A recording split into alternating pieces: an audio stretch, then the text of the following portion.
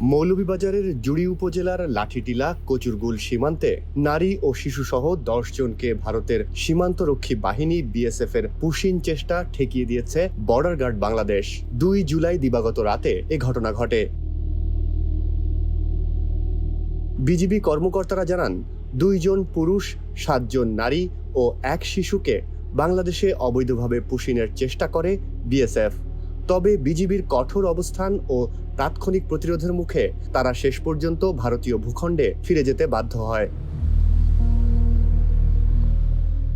বিয়ানীবাজার ৫২ বিজিবির ব্যাটালিয়নের অধিনায়ক lieutenant colonel Ataur Rahman বলেন, সীমান্ত দিয়ে যে কোনো ধরনের অবৈধ অনুপ্রবেশ বা পুশিংয়ের বিষয়ে বিজিবি জিরো টলারেন্স নীতি অনুসরণ করছে। দেশের সীমান্ত নিরাপত্তা ও সার্বভৌমত্ব রক্ষায় বিজিবি সর্বদা সতর্ক, সজাগ ও তৎপর রয়েছে।